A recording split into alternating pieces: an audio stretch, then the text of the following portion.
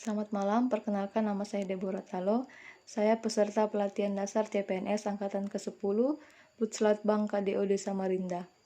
Saya akan menyampaikan materi resume pada hari ini mengenai analisis isu-isu kontemporer dalam sikap perilaku bela negara.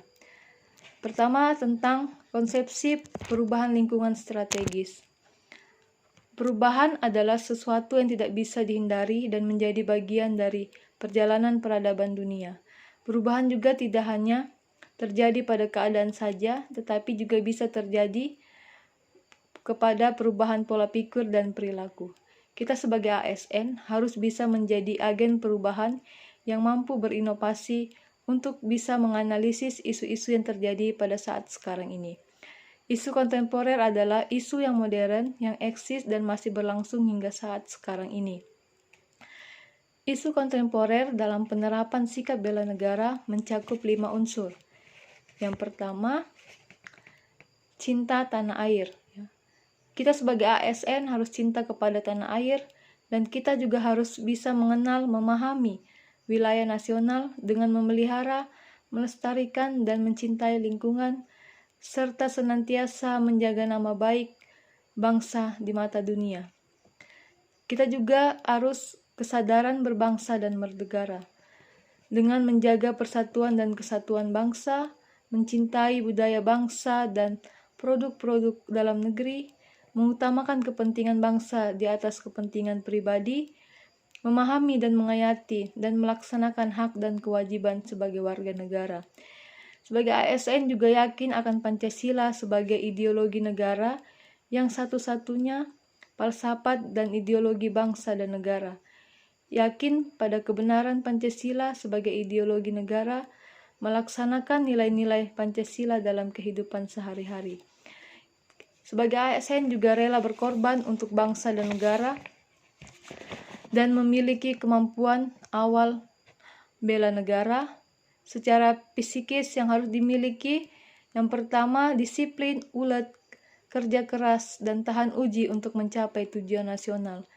Secara fisik, ASN memiliki kondisi kesehatan, keterampilan jasmani untuk mendukung kemampuan awal bela negara secara psikis. Beberapa hal sekarang ini yang menjadi isu-isu kontemporer.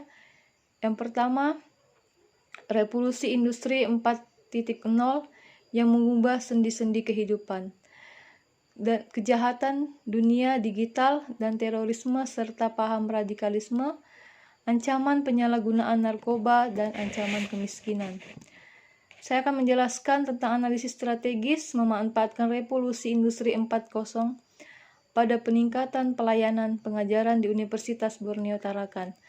Untuk meningkatkan pelayanan pengajaran di UBT sebagai strategis memanfaatkan revolusi industri 4.0. Ada beberapa aspek yang harus diinovasikan. Dan di sini saya akan mencoba menganalisis dengan pendekatan 4S. Yang pertama, sistem. Sistem yang ada di perguruan tinggi harus bisa diperkuat dengan birokrasi, regulasi, budgeting, dan LMS. Yang kedua, supplier atau penyedia. Penyedia juga harus bisa meningkatkan SDM yang memadai, kurikulum dan bahan ajar yang ada di Universitas Borneo. Skill, keterampilan yang harus dimiliki. Keterampilan berupa IT, teaching atau big analytic. Yang keempat, surroundings atau lingkungan yang mendukung. Lingkungan yang mendukung juga dengan adanya software dan hardware, listrik, dan jaringan internet.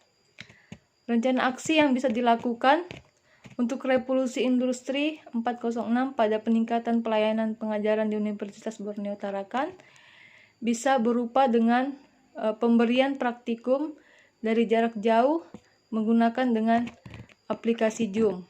Dan juga sebagai ASN harus bisa menjadi agen perubahan di lingkungan sekitar tempat kita bekerja. Demikian resume saya pada hari ini. Sekian dan terima kasih.